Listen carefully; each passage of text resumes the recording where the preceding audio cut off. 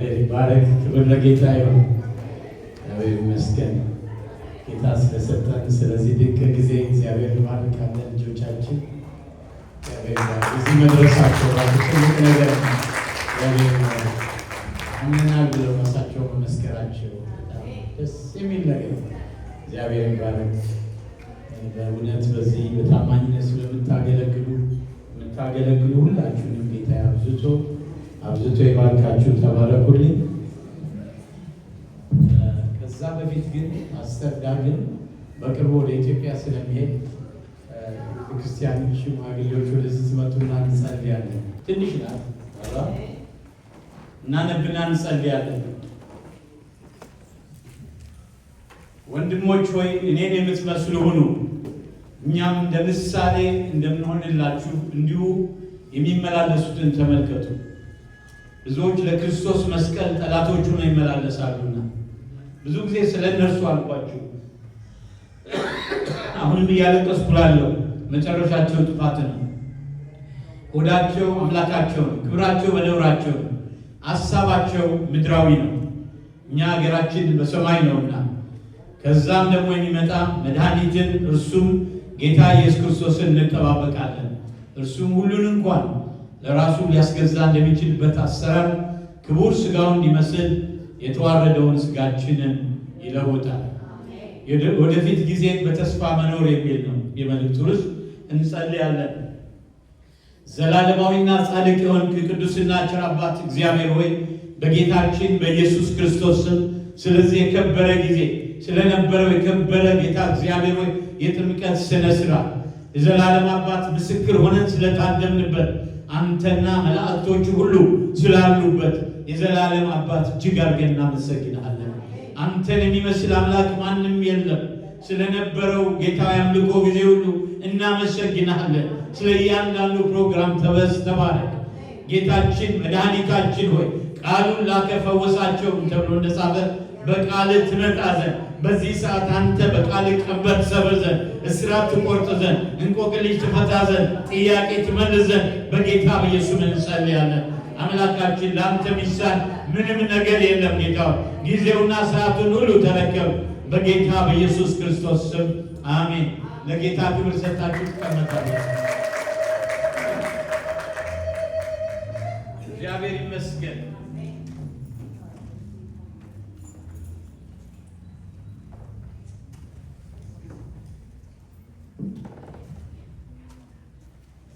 የወደፊት ጊዜን በተስፋ መኖር በሚል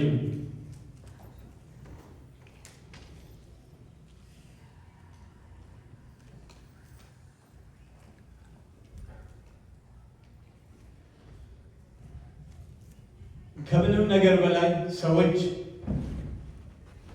ተስፋ የሚያደርጉት ወይም ደግሞ በሕይወታቸው የሚሟላ ይሆናል የሚሉት ነገር በሙሉ ቢሟላ፣ ነገሮች ቢሳኩላቸው፣ በኑሮ በሕይወት በጤና ቢትረፈረፉ፣ ዘመዶች ሰዎች ቢበዙላቸው፣ ስልጣን ክብር ሁሉ ቢጨመርላቸው፣ ቢበሉት ቢጠጡት ነገር ቢበዛ፣ ሰዎች ከምንም ነገር በላይ የሚያስፈልጋቸው ነገር አንድ ነው። ሰዎች ከምንም ነገር በላይ ሰው ከሚጠቅሰው፣ ሰው ከሚናገረው በላይ፣ ሰው ከሚፈልገው በላይ የሆነ ነገር ቢኖራቸው፣ ያም ደግሞ ኖሯቸው ወገኖቼ ብዙ የተሰራ ጥናት አለና ሰዎች ትልቁ ነገር ለሰው የሚያስፈልገው ተስፋ የሚባለው ነገር። አሜን ትላላችሁ? ስንቶች ናችሁ ይሄ ክብር ተስፋ ያላችሁ? ክርስቶስ የመመለሱ ነገር እስኪ ለጌታ ክብር ስጡ። ሃሌሉያ።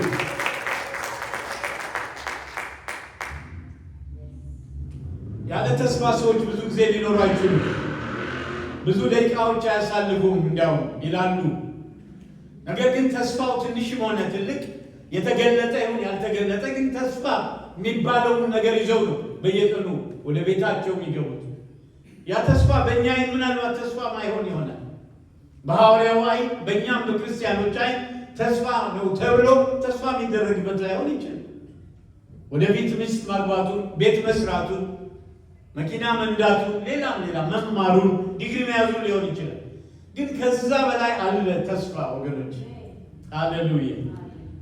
በደስታ የተሞላ ደብዳቤ ጳውሎስ ሲያለቅስ ማየት ምንኛ ይደንቃል ወገኖች። ስለ ራሱና ስላለበት አስቸጋሪ ሁኔታ እያለቀሰ ይሆን አይደለም። አንድ ልብ ያለው ሰው ነው ሐዋርያው ጳውሎስ። ሁኔታዎች ተስፋ ያስቆርጡትም ወይም አንዳንዶች የሮም ክርስቲያኖች በእርሱ ላይ ያደረጉት ባለ ነገር ምክንያት እያለቀሰ ይሆን አይደለም። እሱ ለጌታ የሚገዛ ሰብሚሲቭ የሆነ አእምሮ አለው። ሰዎች ደስታውን እንዲዘርፉት አይፈቅድም። እነዚህ እንባዎች ስለ ራሱ አይደሉም የፈሰሱት ስለ ሌሎች ነው። ጳውሎስ መንፈሳዊ አእምሮ ስላለው ምድራዊ ነገርን በሚያስብና ክርስቲያንን በሚሉ አንዳንድ ሰዎች አኗኗር ልቡ ተሰብሯል። በእርግጠኝነት መናገር ባንችልም ፊልጵስዩስ 3:18 እስከ 19 እነዚህ የተጠቀሱት በፊልጵስዩስ 3 ላይ ቁጥር 18 እና 19 ላይ የተጠቀሱት ብዙዎች ለክርስቶስ መስቀል ጠላቶች ሆነው ይመላለሳሉና ብዙ ጊዜ ስለ እነርሱ አልኳችሁ፣ አሁንም እንኳን እያለቀስኩ እላለሁ። መጨረሻቸው ጥፋት ነው፣ ሆዳቸው አምላካቸው ነው፣ ክብራቸው በነውራቸው ነው፣ ሀሳባቸው ምድራዊ ነው ይላል። እነዚህ ሰዎች የአይሁድ ስርዓት አጥባቂዎች ሲሆኑ ጳውሎስ እየጻፈ ያለው ስለ እነዚህ ክርስቲያን ነን ባዮች፣ ነገር ግን ከቤተ ክርስቲያን ውጭ ስላሉ ሰዎች አይደለም። እነዚህ የአይሁድ ስርዓት አጥባቂዎች የክርስቶስ መስቀል ጠላቶች ነበሩ። ምክንያቱም ክርስቶስ በመስቀል ላይ በፈጸመው የማዳን ስራ ላይ የሙሴን ሕግ ስለጨመሩ ነው። ለብሉይ ኪዳን የምግብ ሕጎች የምታዛቸው ሆዳቸውን አምላክ እንዲያደርጉ አድርጓቸዋል። ቆላስይስ 3:20 እስከ 23 ላይ እንዲህ ይላል፣ ከዓለማዊ መጀመሪያ ትምህርት ርቃችሁ ከክርስቶስ ጋር ከሞታችሁ እንደ ሰው ስርዓትና ትምህርት አትያዝ፣ አትቅመስ፣ አትንካ ለሚሉት ትእዛዛት በዓለም እንደምትኖሩ ስለምን ትገዛላችሁ? እነዚህ ሁሉ በመደረግ ሊጠፉ ተወስነዋልና እንደ ገዛ ፈቃድ በማምለክና በትህትና ስጋን በመጨቆን ጥበብ ያለው ይመስላል። ነገር ግን ስጋ ያለ ልክ እንዳይጠግብ ለመከልከል ምንም አይጠቅምም።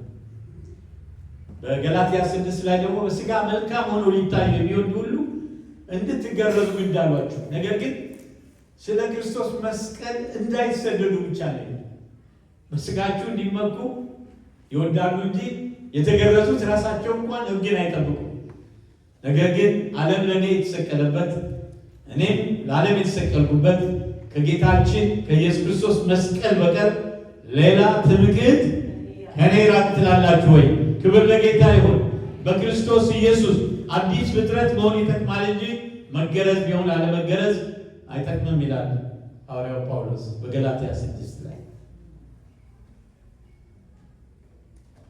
የእግዚአብሔር ቃል ለመጣልን ለእኛ በክርስቶስ በሰማያዊ ስፍራ በመንፈሳዊ በረከት ሁሉ የባረከን የጌታ ኢየሱስ ክርስቶስ አምላክና አባት ይባረክ ይላል። ከወደደን ከትልቅ ፍቅሩ የተነሳ በበደላችን ሙታን በሆን ጊዜ እንኳን ከክርስቶስ ጋር ሕይወት ሰጠን። በጸጋ ድናችኋል። በሚመጡ ዘመናት በክርስቶስ ኢየሱስ ለእኛ ባለው ቸርነት ከሁሉ የሚበልጠውን የጸጋውን ባለጠግነት ያሳይ ዘንድ ከእሱ ጋር አስነሳን። በክርስቶስ ኢየሱስ በሰማያዊ ስፍራ ከእሱ ጋር አስቀመጠን። እግዚአብሔር ይባረክ።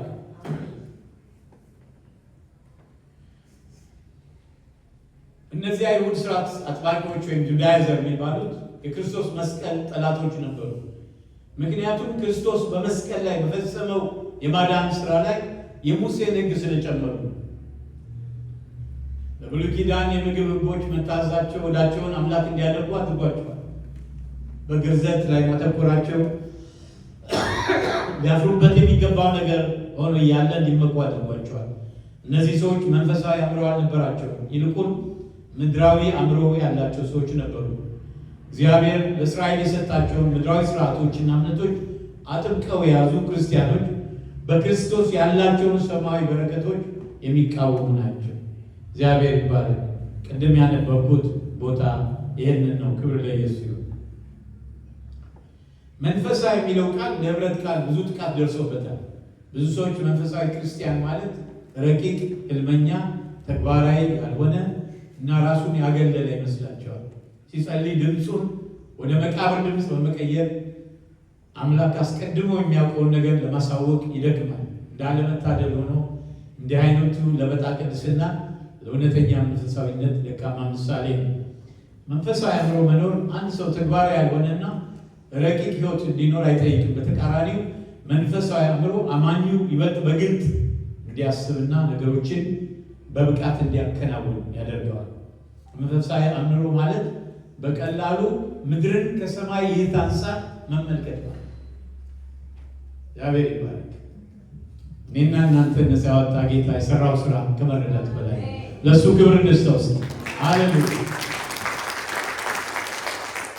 ኢየሱስ ክርስቶስ ከሙታን በመነሳቱ ይላል ለሕያው ተስፋና ለማይጠፋ እልፈት የሌለበት ለማያልፍ ርስት እንደ ምሕረቱ ብዛት ሁለተኛ የወለደን የጌታ ኢየሱስ ክርስቶስ አምላክና አባት ይባረክ።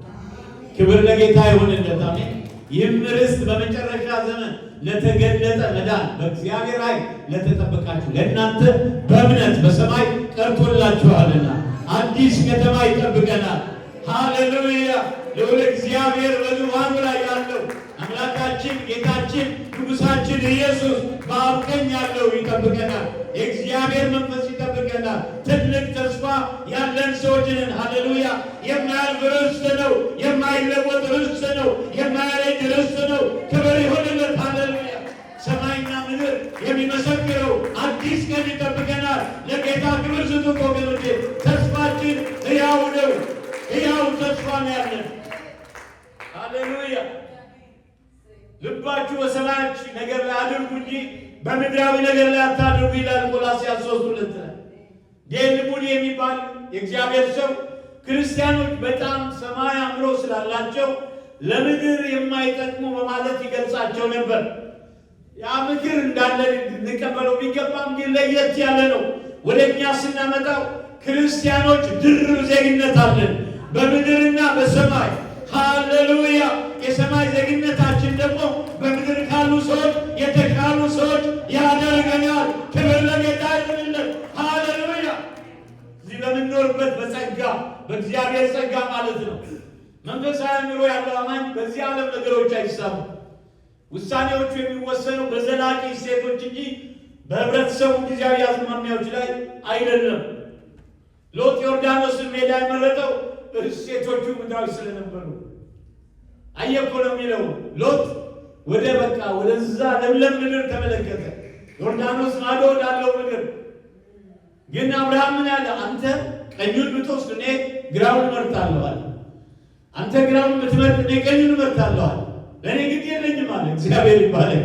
እኔ ልጅ የሚያደርገው እግዚአብሔር ከእኔ ጋር መሆኑ ነው። ክብር ለኢየሱስ ይሁን። አሜን። ሃሌሉያ። ምድረ በዳውን ደረቁን ምድር የውሃ መቆሚያ የሚያደርግ ነው።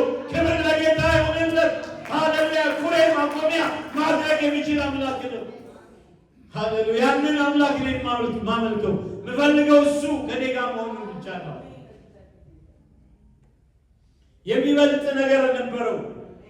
የግብፅን ተድላና ሀብት አልተቀበለም። ዕብራውያን 11 ላይ እንዲህ ይላል የእግዚአብሔር ቃል፣ ሙሴ ካደገ በኋላ የፈርዖን የልጅ ልጅ እንዳይባል በእምነት እምቢ አለ። ከግብፅ ብዙ ገንዘብ ይልቅ ስለ ክርስቶስ መነቀፍ እጅግ የሚበልጥ ባለጠግነት እንዲሆን አስቧልና፣ ለጊዜው በኃጢአት ከሚገኝ ደስታ ይልቅ ከእግዚአብሔር ሕዝብ ጋር መከራ መቀበልን መረጠ፣ ብድራቱን ትኩር ብሎ ተመልክቷልና ይላል። ክብር ለጌታ። ምን አይነት ብድራት ነው ሙሴ የተመለከተ? ልብ በሉ። የፈርዖን የልጅ ልጅ ማለት በምድር ዙሪያ የሚገዛው የንጉሥ ፈርዖን ሁሉን የሚያስተዳድረው የንጉሥ የልጅ ልጅ እንዳይባል ነው ያለ። ማለት ነገ ከነገ ወዲያ ፈርዖን ቢሞት ምናልባት የሚቀጥለው ንጉሥ እሱ ነው የሚሆነው እና በሰው እይታ በሰው ሚዛን የዓለም ሁሉ ገዢ ከመሆን በላይ ምን ከፍ ያለ ነገር አለ? ግን በእምነት እምቢ ያለ ነው የሚለው። ክብር ለጌታ ይሁን። ምክንያቱም የከበረ አምላክ የከበረ ሰማይ አይቷል። ሃሌሉያ። የሁሉ የሆነ ጌታ የሆነው ጌታ ያደረገ ሰው ነው። የሚበልጥ ብድራት አለ። ክብር ለኢየሱስ ይሁን።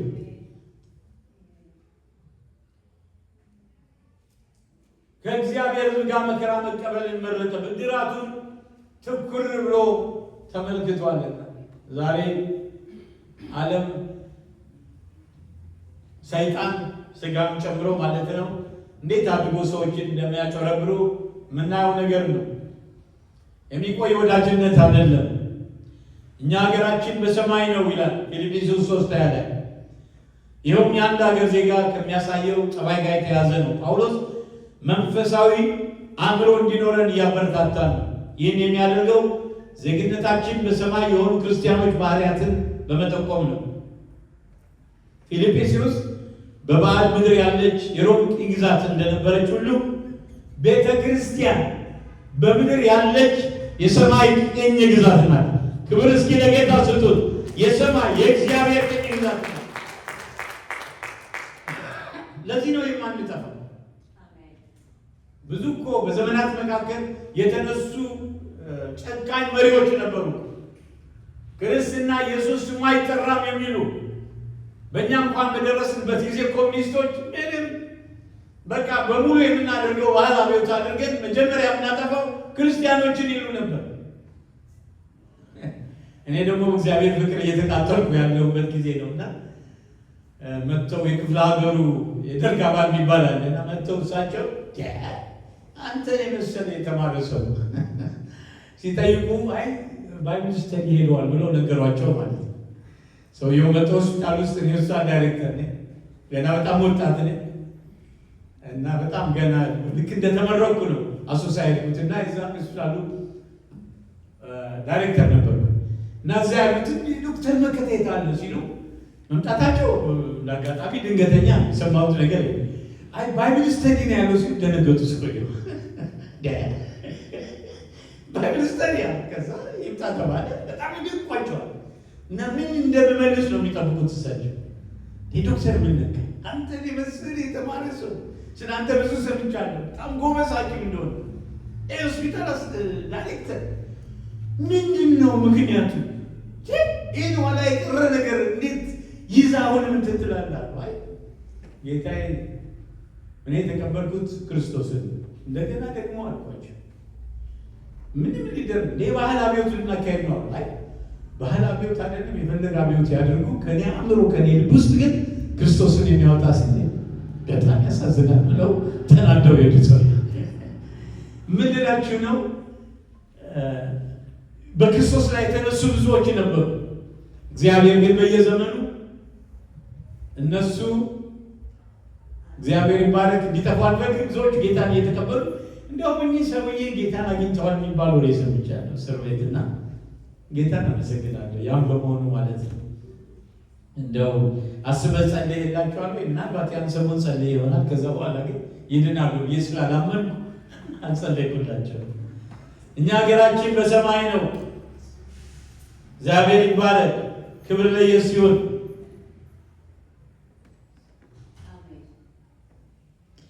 መንፈሳዊ ሰዎች 5 እሴቶች አሏቸው። አንደኛ እግዚአብሔር ቃል እንደሚለው ስማችን በእግዚአብሔር መዝገብ ላይ ነው፣ በሰማይ መዝገብ ላይ ነው። እስኪ ክብር ለጌታ ይሁንለት። ሃሌሉያ! ክብር እስኪ ለጌታ ስጡት። ምታምኑ ማለት ነው። ሁለተኛ የሰማይን ቋንቋ እንናገራለን፣ የሰማይን ሕጎች እንታዘዛለን፣ ለሰማይ ዓላማ ታማኞች ነን፣ የሰማይን ጌታ እንጠባበቃለን። ስማችን በሰማይ መዝገብ ላይ ነው። የፊልጵስዩስ ነዋሪዎች ከሮም ርቀው ቢኖሩም የሮም ዜጋ የመሆን መብት ነበራቸው።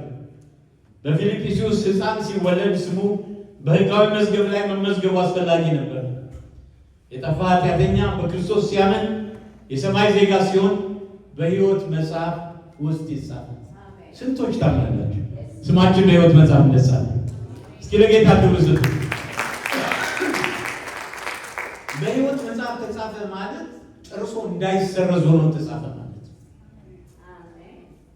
እና በየጊዜው ስማችን ላጲስ ነው እግዚአብሔር ሲያጠፋ አይተው በስሙ ዘላለም ሕይወት ከሰጠን በኋላ እግዚአብሔር አምላክ ስማችንን አይሰርዝም እስካመን ድረስ። ክብር እስኪ ለጌታ ይሁን። አሜን። ደግሞ አድሮ አይሰርዝም። ዜግነታችን አስፈላጊ ነገር ነው። ወደ ሌላ ሀገር ሲጋዙ ዜግነትን የሚያረጋግጥ ፓስፖርት መያዝ አስፈላጊ ነገር ነው። አንድ ታሪክ አንባችሁ ከሆነ ሀገር የሌለው ሰው በሚል ዘማን ዊዛውት ኤ ካንትሪ በተሰኘው ታሪክ ውስጥ ፊሊፕ ኖላን ዕጣ ፈንታ እንዲደርስብን አንፈልግም እና የዚህ ሰውዬ ታሪክ በአጭሩ ልንገራችሁ። ፊሊፕ ኖላን የሚባለው ሰውዬ ማለት ነው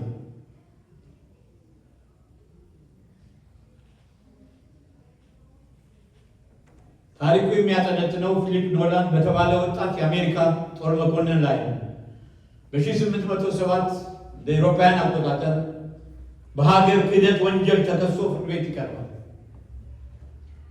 በችሎቱ ወቅት ኖላን በጣም ተበሳጭቶና ተቆጥቶ ስለነበረ ዳኛው ጥያቄ ሲያቀርብለት እንዲህ በማለት ይጮሃል። ዩናይትድ ስቴትስ የምትባል ሀገር ዳግመኛ ስሟን መስማት አልፈልግም። ዳኛው በዚህ ንግግር በጣም ደነገጡ። ስለዚህም ለኖላን የሚከተለው ልዩ ፍርድ ፈረዱበት። ምኞቱ ይፈጸምለት። ማግኒቲዩዱ እናንተም የገባቸው አይመስለኝም። እርግጠኛ ነኝ እሱም አልገባም በዛ ጊዜ።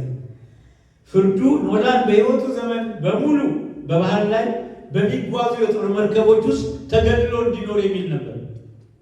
ቅጣቱ ጥብቅ ደንቦች ነበሩት። ኖላን ዳግመኛ የአሜሪካ ምድር እንዳይረግጥ ተከለከለ። ማንም ሰው ስለ አሜሪካ በሱ ፊት እንዳያወራ ተደረገ። የሚያነባቸው ጋዜጦችና መጽሔቶች ስለ ሀገሩ የሚገልጽ ማናቸውን ነገር ተቆርጦ እንዲወጣ ተደረገ።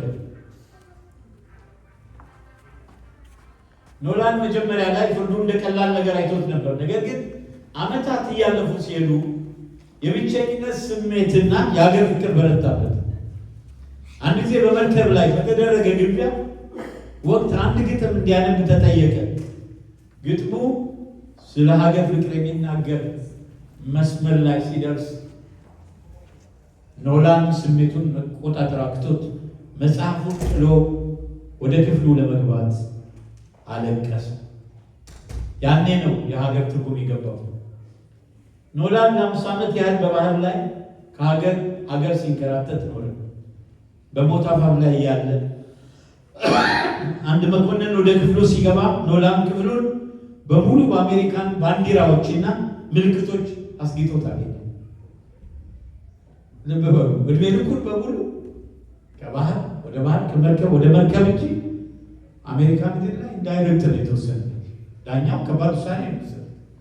መታሰር ይሻላል፣ ግን ምድር የአሜሪካ ምድር እንዳይረግጥ፣ ስለ አሜሪካ ምንም እንዳይሰማ፣ ስለ ቤተሰቦቹ ምንም እንዳይሰማ ነው ያደረገው። ኖላን በሞቱ ሰዓት እንዲህ አለ። ሊሞት ሲል ማለት ነው። ኋላ ጸጸተው በጣም እንደኔ ሀገሩን የሚረግም ሰው እንዳይኖር የሀገር ክብርና ፍቅር ለወጣቶች ንገሩ። ኖላን የሞተው ስለ ሀገሩ እየጸለየና ይቅርታ እየጠየቀ ነበር። ኤማን ዊዛውት ኤ ካንትሪ። እኛ ግን ሀገር አለን። እኛ ሀገራችን በሰማይ ነው። ከዛም የሚመጣ መድኃኒትን እርሱም ጌታ ኢየሱስ ክርስቶስን እንደ ተስፋ ቃሉ እንጠብቃለን። እስኪ ክብር እንስጠው። ሀገራችን በሰማይ። ይሄ ማለት ግን በምድርም ሀገር የለን ማለት አይደለም። የበለጠ ነገር እግዚአብሔር አለ።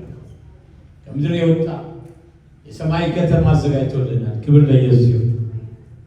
አንተም በስራ የተጠመድክ እውነተኛ ሆይ እንድታግዛቸው ለምን አለ ይላል ፊልጵስዩስ 4:3 ላይ።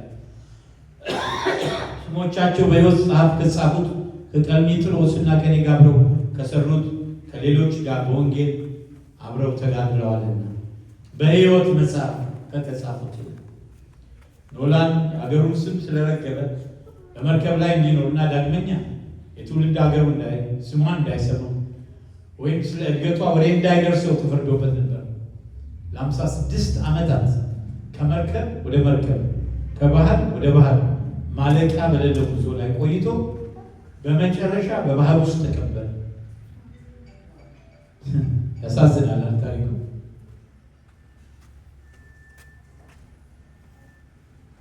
እርሱ ሀገር የሌለው ሰው ነበር።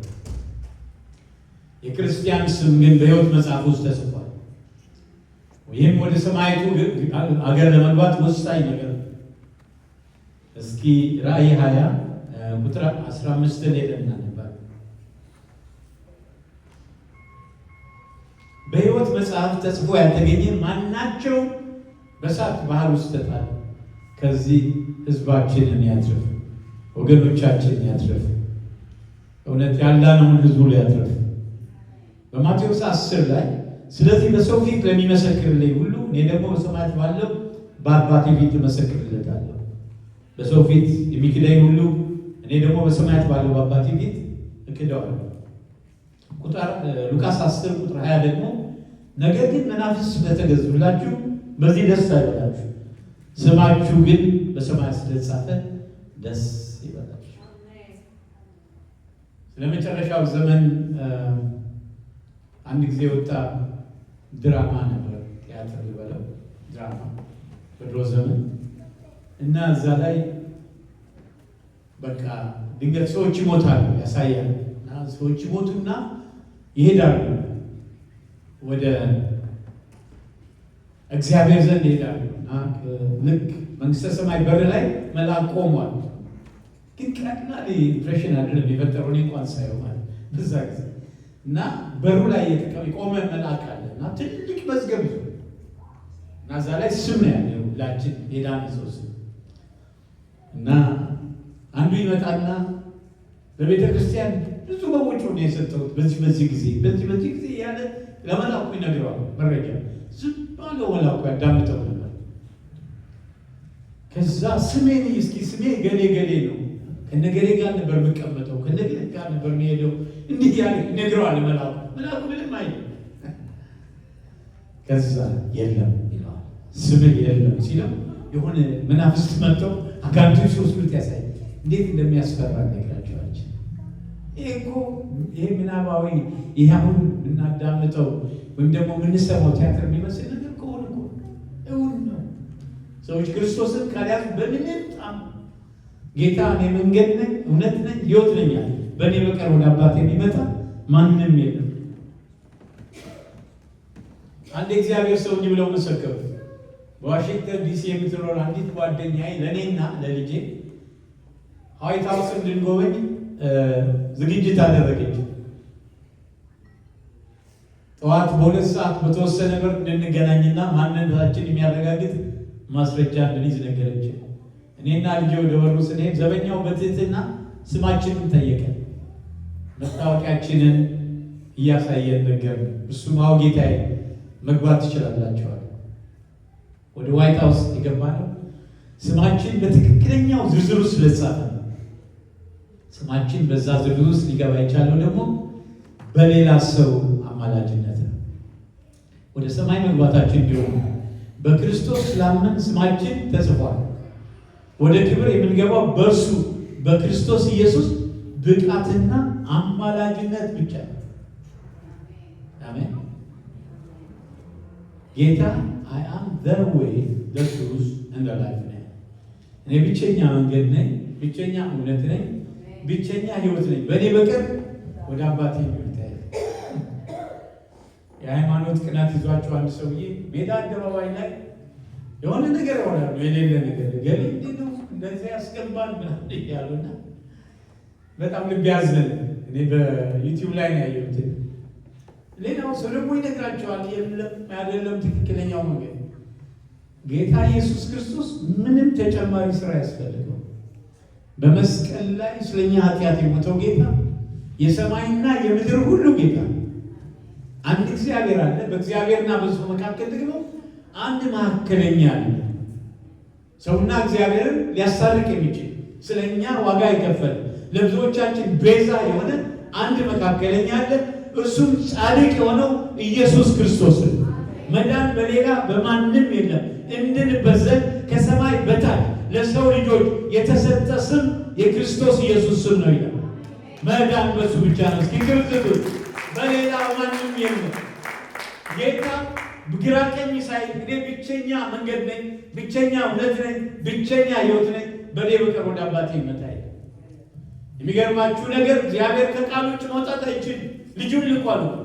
ሰማይ ምድርን ሁሉ የፈጠረው ልጁን ነው ይላል። ከጥንት ጀምሮ ይላል እግዚአብሔር በብዙ አይነትና በብዙ ጎዳና ለአባቶቻችን በነቢያት ተናግሮ ሁሉን ወራሽ ባደረገው ደግሞ ዓለማትን በፈጠረበት ልጁ በዚህ ዘመን መጨረሻ ለእኛ ተናገረ። እሱም የክብሩ መንጸባረቅ የባህሪው ምሳሌ ሆነው ሁሉን በስልጣኑ ቃል የደገፈ ኃጢአታችን በራሱ ካነሳ በኋላ በሰማያት በግርማው ቀኝ ተቀመጠ። ይሄ ጌታ ነው በደሙ ወገኖቼ ከአባቱ ጋር ያስታረቀ፣ የጥሉን ግድግዳ ያፈረሰው። ዛሬ እሱ ይፈልገናል። ወደዚህ ጌታ ያልመጣችሁ የሚያድን ሃይማኖት የለም፣ የሚያድን ሃይማኖት የለም። እምነት ካልሆነ በስተቀር የሚያድን ሃይማኖት ይሄ ሃይማኖት ያድናል ምንለው የለም። የሚያድን በክርስቶስ ኢየሱስ የሆነ የእውነት እምነት ነው። ክርስቶስ ኢየሱስን ጌታና ዳኝ ያደረገ ነው።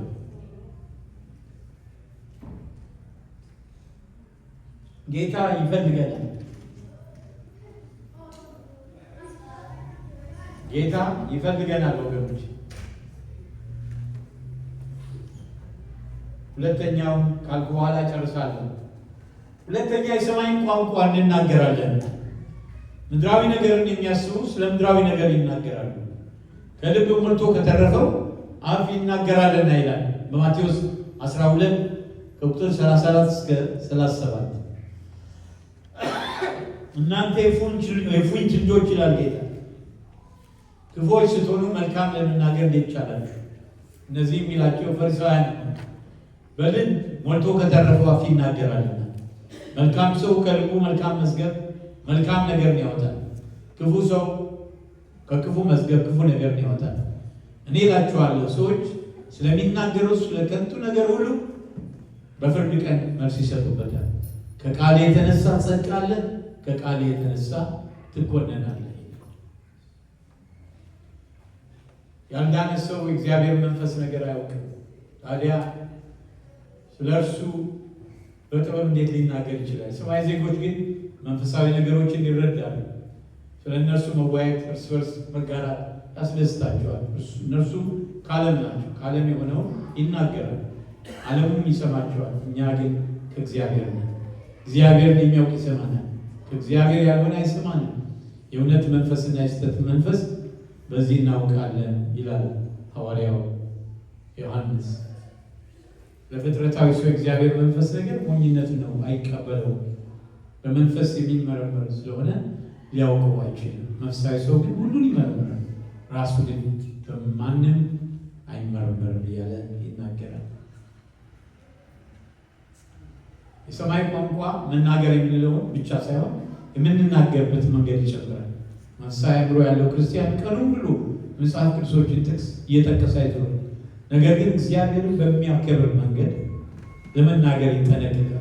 እያንዳንዱ እንዴት እንድትመልሱ እንደሚገባችሁ ታውቁ ዘንድ ንግግራችሁ ሁልጊዜ በጨው እንደተቀመመ በጸጋ ይሁን። ጨው ብልሽትን ይከላከላል፣ ለሚሰሙት ጸጋን ይሰጥ ዘንድ ለሚያስፈልግ ለማነጽ የሚጠቅም መልካም ቃል እንጂ ክፉ ቃል ካፋችሁ ከቶ አይውጣ። ኤፌሶን 4:29። ዛሬ በዓለም ትልቅ ሪቫይቫል ተነስቷል። ምናልባት ቤተክርስቲያን ውስጥ ሆነን አላየን ይሆናል። በጣም ኃይለኛ አየር በምድሪቱ ላይ የጌታ ኢየሱስ ክርስቶስ መምጣት የሚያበስር አየር ነው። ወንጌል ሰምተው የማይቆሙ እስላሞቹ፣ በተለያየ ሀገር አረቦቹ፣ በጣም ብዙዎቹ በህልማቸው ጌታን እያዩ ብዙዎቹ ለጌታ እየመጡ ናቸው። ጌታን ያልሰሙ ሁሉ እየሰሙ ናቸው። የመጨረሻ ዘመን ምልክት አንደኛ ወንጌል በምድር ሁሉ ላይ መሰበኩ፣ በምድር እየተሰበከ ያለበት ጊዜ ነው። ሰሞኑን ሁለት ትዊን ልጆች ምናልባት ቲኔጀርስ ይሆናሉ ወደ 17 18 የሚሆኑ ልጆች መንገድ ላይ ያገኘናቸው ያው አድርገዋል፣ የእስላም ልብስ ማለት ነው። እና ኢየሱስ ክርስቶስ ይወዳቸዋል አልኳቸው። አንተንም ይወድሃል፣ እናንተስ ትወዱታላችሁ ወይ ብዬ ያው ጀመርኩ ማለት ከእነሱ ጋር ማውራት ሲጀምር ይገርማቸዋል። 15 ደቂቃ ጆሯቸውን ሰጡ ቆመው ማለት ነው። ከዛ ያው ስለ እግዚአብሔር ማውራት ሲጀምር እግዚአብሔር ብዙ አይደለም አንድ ብቻ ነው ልነግራቸው ሞከርኩ። ያው አልገባቸውም፣ ግን ነገርኳቸው ወንጌል እንዲሰሙ። እኔ ፓስተር ነኝ ያልኳቸው መጨረሻ ላይ ስሜን መጀመሪያ ነገር ፓሽንህን ስናየው ልክ ነው። የፓስተር ፓሽን ይመስላል አለ። ግን ከፍቅር የተነሳ ወደ ወንጌል ወደ ጌታ እንድትመጣ ወገኖች ሞኞች እንዳትሆኑ። ጊዜ እያለቀ ኢየሱስ ሊመጣ እንጸልያለን። በጸሎት መንፈስ ሁኜ አንድ ጥያቄ ጠይቃለሁ። ይህን ጌታ እንደ ጌታ